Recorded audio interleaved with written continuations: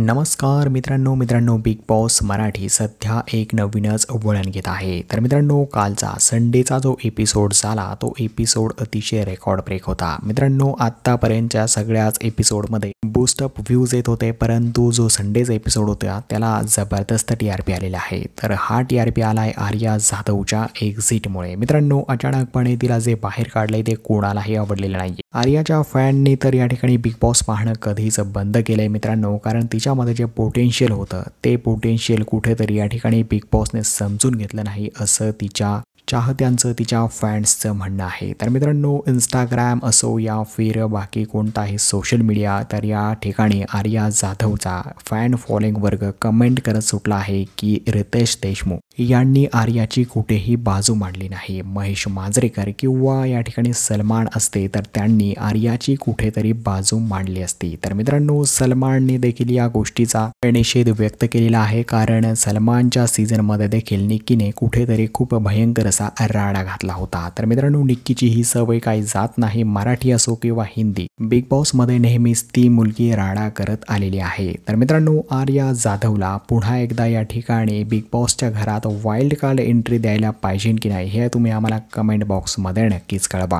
आणि अशाच व्हिडिओसाठी चॅनलला सबस्क्राईब करून घ्या मित्रांनो। भेटूया नवीन व्हिडिओमध्ये। नमस्कार।